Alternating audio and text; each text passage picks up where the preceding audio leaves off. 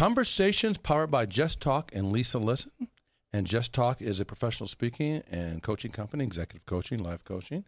I am Jesse Farrell, speaker, author, coach, and podcaster. And you are? I am Lisa Bybee. I am success coach, VP of Sales and Marketing for Just Talk and Lisa Listen. And podcaster. Thank you very much. Awesome. And we have a special guest in the studio today. Yes, we do. She's a very special guest. And we're featuring Dr. Boyd. That is you, lady. That is me. Yes. That is me. Dr. Victoria Boyd. Dr. Victoria Boyd. But as long as you put man. Well, you could call me Flow Man. I'm a flow man. Well, you could call me Dr. Dance if you want to. Just Yes, we could. Dr. Dance. Because you wear so many hats. And that's my license plate. Fair. It is Dr. Dance? My license plate says Dr. Dance. Would you answer to doctor as well? Yes, I answer to anything. I know, see? But doctor's cool. So Dr. Boyd, Dr. Victoria Boyd, Dr. Dance, the Dance Meister, whatever. She's all in the game. I was going to say the Try it again. Oh, my Philantrepreneur. Philantrepreneur. Thank you. Don't say it anytime. Say the P word. And doctor, what does that stand for? Philantrepreneur. Thank you so much. That will be your assistant for today. You know, before we went on here in the green room, I was saying you were practicing. Correctly. She was practicing all the way down here. And she gets on and she starts to think about it, doctor. She goes, I got tripped up on my own tongue. Yeah. That's okay. We can all go there. Okay. Yeah, you just separate it. Philantrepreneur. It's philanthropy and entrepreneur. Philantrepreneur. Now, see, it's a flow. I was going to say, I like this. I had that in one of my segments. I want you to, but see, that's okay. You busted it out early. Okay. So that's all good. But Lisa, how about a bio? Let's let our audience hear some of the power that this lady is packing. Okay. Dr. Victoria Boyd has had a diverse career as educator, nonprofit leader, and entrepreneur, which provided her with the foundation and expertise to be a dynamic trainer, speaker, and mentor. It was also this body of work that became the inspiration to launch the Philantrepreneur. Thank you. Nice. Good. Go, Lisa. Lisa's like, I'm not stopping until I nail it. A philosophy and model which promotes integrating purpose into the business framework to have greater community impact. Absolutely. Well, truly, welcome. Yes. Welcome to the show. Talk to us, if you will, about that is just a very, very cool name. Obviously, a composite name between two former words that we're familiar with. Give us a little bit of origin on how that came about. It really, being a former dancer, I used to have what I call night visions. Some of my choreography. But are you ever really a former dancer? Aren't you a dancer that's just not hooking it up on a daily basis? You're still a dancer? Yeah, in fact, my husband and I will be out on the patio. See? Once a dancer, always a dancer. Yes. And you got all those neighbors out there with the binoculars. You know, I'm digressing a bit, and I want to hear what you have to say, but I was taking golf lessons way back in the day when I thought I was an athlete, and this little short brother was really, really, really good golfer. And I asked him if he was going to come out and watch me that day. He said, no, I'm just going to look from the edge here with the monopolist. What the hell are monopolists? He was trying to say binoculars. Oh, my goodness. All your neighbors are going to be watching your hubby out there with the monopolist. Well, interesting. I mean, you know, we're seniors, but the last cruise we went on, you know how they have the lounges and the live bands and stuff. We've got to be famous in one of those lounges because the band was playing a lot of nice dance music, but then one night they asked, well, where are you guys from? And we said Motown, Detroit, blah, and they started playing all Motown tunes. It was game on. And it just took us out of our... Maybe you can teach us a thing or two. Literally, when we would start dancing, the floor would clear. Right. And everyone would sit down, and they would watch us, and then they started asking, what music do you want next? What music? I said, I'm tired. I can't dance anymore. And literally, people were sending us drinks. When are you going to get back up again? You're the entertainment. No, we just on a cruise ourselves. That's too funny. No, but we still love to dance. I mean, I taught dance in a performing arts high school for 28 years. Nice. And then was an arts consultant. And how did you slide from all of that artistic and creative? Well, obviously, you created a creative name as well, but... being in choreography, if you think about it, it's a process. Oh, sure. I'm very process driven. And so I'm all about systems, operations, and management of the nonprofit sector. Okay. And so I'm taking all of that what is my ingrained, what I do. I Sure. know how to put things together, and I just sort of switched who I'm applying it to, which Sure. is now the Shifted the audience, basically. I shifted the audience, Okay. but I'm still doing what I love to do, the whole creative part, the whole development. And that's how I got to the word, the Philantrepreneur. I actually like the word. Now, here's the coolest thing about the word is only maybe 3 or 7 people can actually pronounce it. No, hear me out. No, hear me out on this, doctor. No, don't cry, baby, don't cry. Don't cry. Hear me out on this one. The coolest thing about that is it brings more recognition to the name because we're thinking about how to say it right. Yes. That's one thing. Yes. And then when we blow it, we need you to come bail us out. Yes. So you get to hear it 2 and 3 and 4 times. And even if you look at my actual logo, yes, I spell it out for you. The logo, the first part, Philan, is dark. Look on the little car there. On this little car here. The first part is yeah, dark. Philan is dark. And then entrepreneur. I mean, Why don't you show that to the camera I so will the camera can see I don't know what if they you're can see it looking that at. tight, but I will show you the car. You can sort of see the See dark part. yeah, but and what she's saying is she's teaching us the ABCs on how to pronounce the Philantrepreneur. There you yes. And that was all intentional. I created Nice. that logo because, I mean, just my aesthetics. I do most of my logos and Okay. things just because I have the vision. But the whole word, like I said, came to me almost like this night voice. I woke up, I was like, Philantrepreneur. I said, that's who I am. That's The what word I just do. showed up in your space. You didn't concoct I it. It didn't- just showed up. I knew I didn't like philantropreneur. Yeah. And the background to that is I've been pushing nonprofits to be more entrepreneurial, to Okay. have an entrepreneurial mindset. Okay. And so I didn't want to just say philanthropy. That's not what you're about. You're a business. Okay. And so you must have an entrepreneurial mindset. So in order to talk about, so what is a nonprofit? Because I don't like the word nonprofit. They are not non-profits. They have to make a profit. But Philantrepreneur is the foundation of what they should be. Nice. And so Nice. it came to me on February 22nd, 2013. Look I know at you. the exact Look at, date. she knows the birth date. Right. I wrote a blog on the term Philantrepreneur and what it means to me. I want to check that blog out. I bet it's Yeah. still around. Yes, it is. It's on my blog. It's on the Dr. Victoria. It might even be on the, but it is still up. You just gonna wait for the brother to stumble, and you're not gonna hook a brother up and like just send him the You link. know or- I send you everything. Okay. Excuse me. I'm trying to roll Well, the girl. we send down you the- everything in return. Yeah. Hello. We take care of you. I'll scratch your back. You That's scratch right. ours. That's right. Yeah, and But- so it birthed right then. I like the fact that it was an epiphany. I mean, it didn't have to be, but the fact that it is even, I think, very cool, much more cool, because it also speaks to your sense of creativity. You allow things to flow in. You're open to it. You're aware, and you don't have to, sit around and hammer and manifest things with a big hammer. You can just be still and hear what comes to you, right? Yeah, and then I went out and researched, is anybody else using it? And Right. everyone else had the O in it, Philanthropreneur, which was emphasizing the philanthropic part of it. And I wanted to emphasize the entrepreneurial part of it. So Okay. that's why it's the predominant or what I call the primary part of the word. Okay. Yes, I've broken into primary, secondary, all this. Right. Teacher me. Right. But it just evolved. And then from that point on, I started creating the model of what it really meant, where we have a congruence of interest. We have meaningful marketing. We have impact investing. All of those are a part of what the Philantrepreneur means. Several months after that, I launched my radio show. 5 months after that, I launched the journal. And then 1 year after that, actually anniversary this past Monday, September 14th, 1 year for the foundation. Nice. So- Congratulations for Yeah. that. Round Yeah, of it was applause weird. for that. That's good. So, what is your why for all of this, Victoria? My why is seeing other organizations succeed, those that have purpose, passion, and want to build community. And how do you do that? How does what you do serve others? Okay, so our mission is building capacity through education and professional services. The building capacity part, we have a full training session first Tuesday of every month. We're at the Henderson Business Resource Center. Training, and what I've done, because I have taught at UNLV in the nonprofit division for community education for the last 10 years, nonprofit management. I probably teach about 60 to 70% of those classes over there. Okay. But I saw some gaps. Yes, they have a curriculum, and I know why they're teaching what they have to do. They have, their finances, they have to stay within certain budget.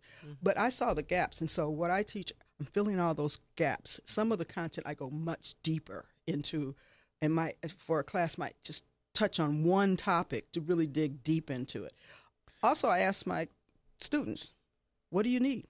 Okay, that'll be the next class.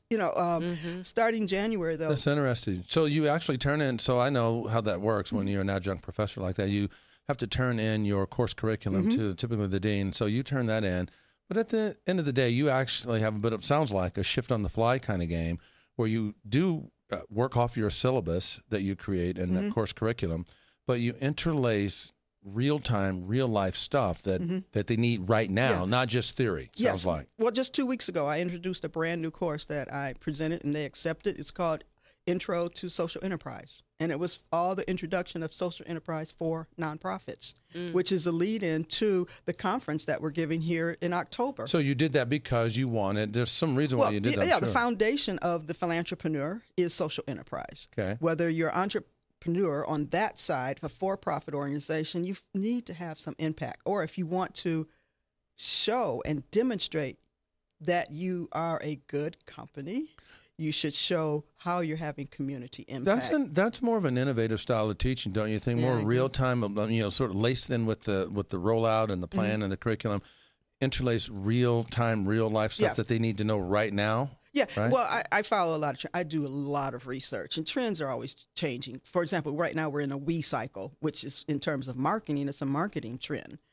For the conference, we're bringing in Michael Drew, who wrote the book Pendulum, who talks about the we cycle. And where is that conference? It's here in Las Vegas, Sunset Station, October 26th through 28th. Registration's open. And just for a perk for any of your listeners, if they want to get a 30% discount, all they have to do is say, just talk. What are you, Rain Man woman?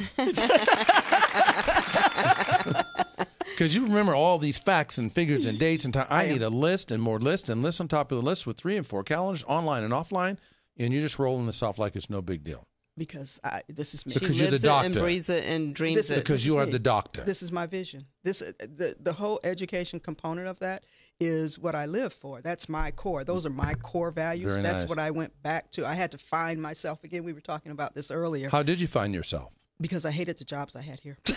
Now, this is important because our audience needs to hear this. So you hated the jobs you had here, and there are people, our audience out there listening right now, a good number of them that could be hating the job that they do and putting up with it anyway. And it's almost like I say, you talk about that 3-step ladder when it comes to making a livelihood. The first step that people step on oftentimes is job. And that acronym, as you may have heard, just over broke. Okay.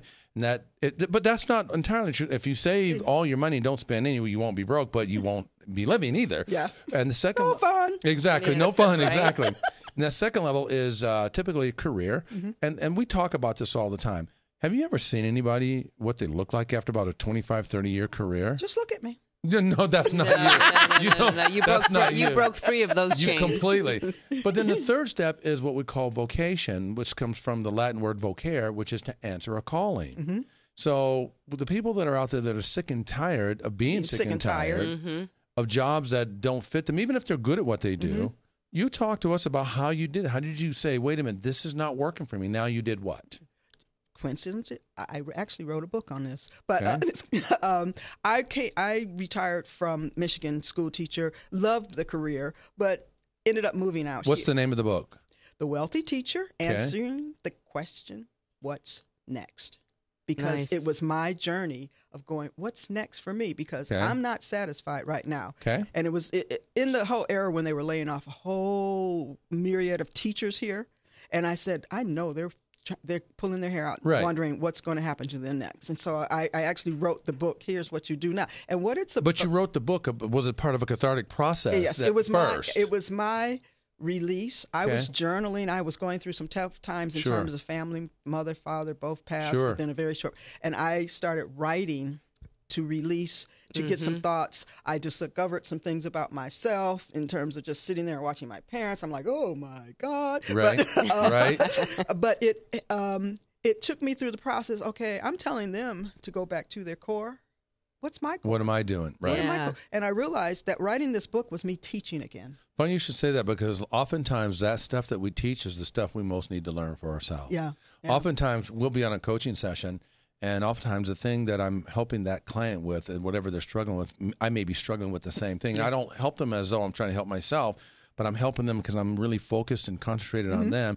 And I'm writing some side notes on the side. So I can, wait a minute, I need to take a look at this myself. So oftentimes the thing we need to learn the most is that what we're teaching. Yeah, it took me totally through the process, and that's when I decided, I need to do what I need to do, and that is to help other people, teach other people, to take all of this knowledge that's in my head and to start sharing it, putting it out there. Okay, what would you tell someone that maybe doesn't have natural abilities to be a teacher or learned abilities to be a teacher, who may be struggling with the exact same thing, being sick and tired of a job that they've had for 10, 15, 20 years, and they hate it, and their lives are miserable because they live so much in that misery, but they don't have the teaching credentials or ability or even character. It's not about being a teacher or anything. Right, that's why I wanted you to speak to. You have to go back to, who are you?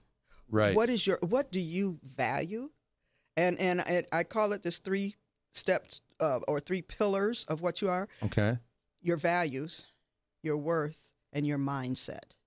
I love that. Because we haven't had this conversation, but I'm glad you brought that up. What we do is we have this thing that we call what matters most to answer the question that I'm asking you, which you just so eloquently answered. We got it from a gentleman by the name of Hiram Smith, who wrote a book called What Matters Most. But inside of the book was brilliant, all of his intel, but there was not a system to help you do what he's telling you to do, so it would be easy for you to do it. So we designed a system called a What Matters Most portfolio. Yeah, okay. And what that's about is to answer these questions like we're talking about here, and it's very similar to what you just said. The 3 components in this is that what are your values, like you just said? What are the roles that you're playing? Are you playing the role of father, husband, business owner? What are the roles that you're playing in friendships, different roles that you're playing?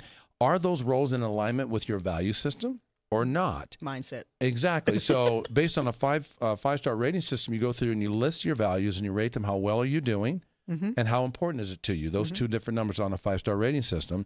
You sort that all out and do the same thing for the roles. Then you take a look at the distribution of what you really, because you can tell line by line what you value. Then you get clarity in the brain to your point. Yeah, absolutely. At least you have someone in the chat? I do. I have a question for you in the chat room. It is, what are the common problems facing charities in Las Vegas today?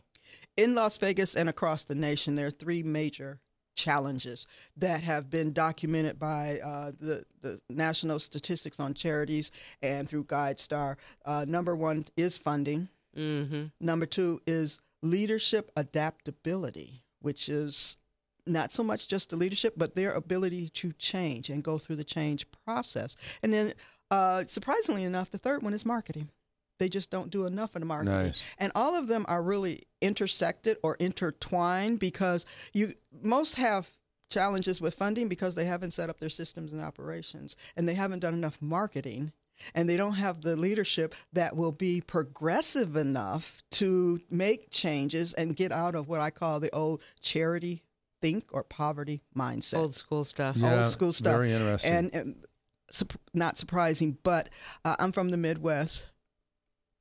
This demographic here in Southern Nevada is about 30 years behind the rest of the country in terms of... Shh, don't tell them that. Oh, okay. Yikes, I'm sorry. In case they're listening. No, they're 30 years behind? Yes, in Wow. strategies. And Why so? It's Why not do you so believe much that is? who they are. It's just the nature of how the city became and was birthed or became more of a metropolitan city, the Strip. Interesting that you would even say that, because Lisa was talking to me on the way in, and she was saying she was going to ask him, just as a reminder, how would one who wanted to get started with a nonprofit, how would they actually do that? Call me. Oh, I'm sorry. Okay, yeah, right. And what's the number for that?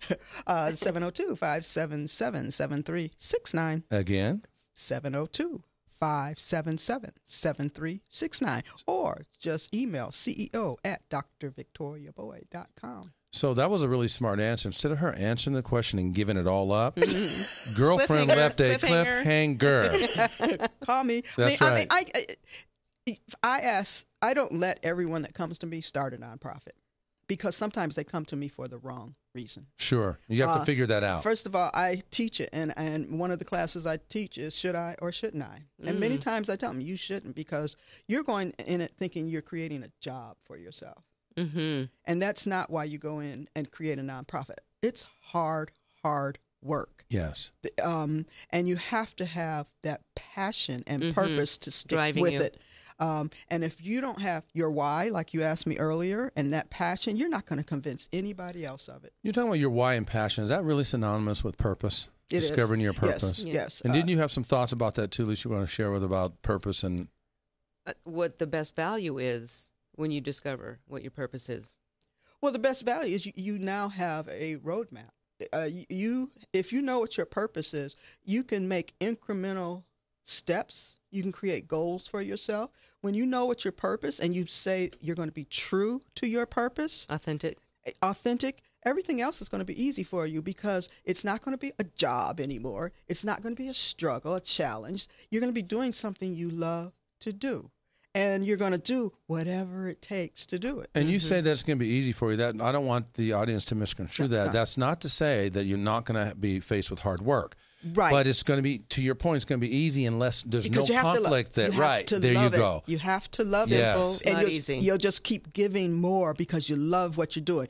People who stay with jobs and things that, when they say, oh, I love my job. Or, when you wake up in the morning and you go, oh, I got to go to work. It's not so much for me. And I feel like I'm living my purpose. Do you feel like you're living your purpose? No, yeah. And I know that you're living your purpose, Dr. Boyd.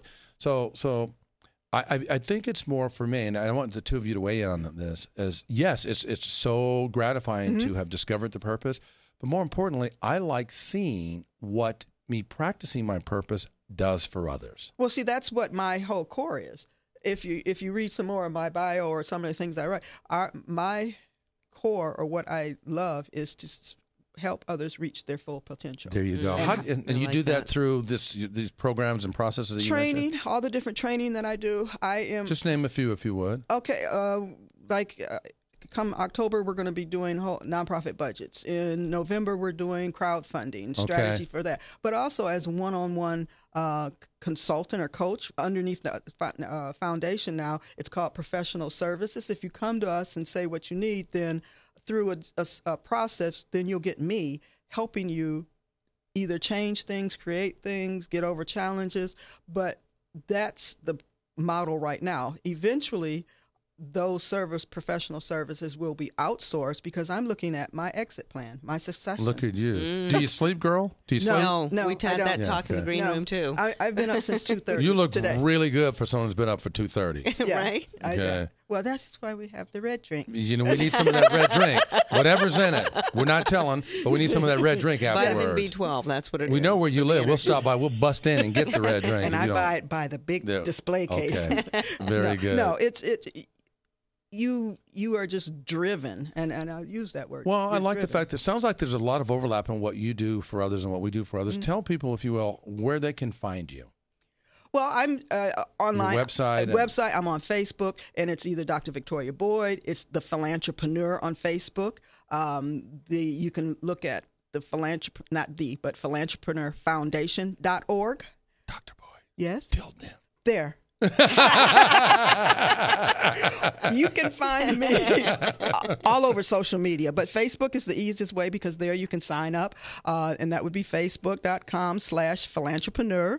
There's the website, www.thephilantrepreneur.com, or Twitter is Philantrepreneur without the R on the end. Okay, at fair the enough. end. Okay. Google Plus, it's Philantrepreneur again. We're on all of those sites. Plus, I have blogs. The radio show, it's blogtalkradio.com/philantrepreneur. So if you Google Philantrepreneur, all of my sites will come up. Thank you for that, because I was about ready to say, you're going to make these people rewind, because that is a lot of places. Yeah, I try to be all over the place. Just Google Philantrepreneur. That's PHILANTREPRENEUR. And she can spell it too. Give her a round of applause for that. I can now after today. Right. So, Lisa, do you want to tell them where they can find us? Thank you for that, Dr. Boyd. Do you want to tell them? Okay. Absolutely.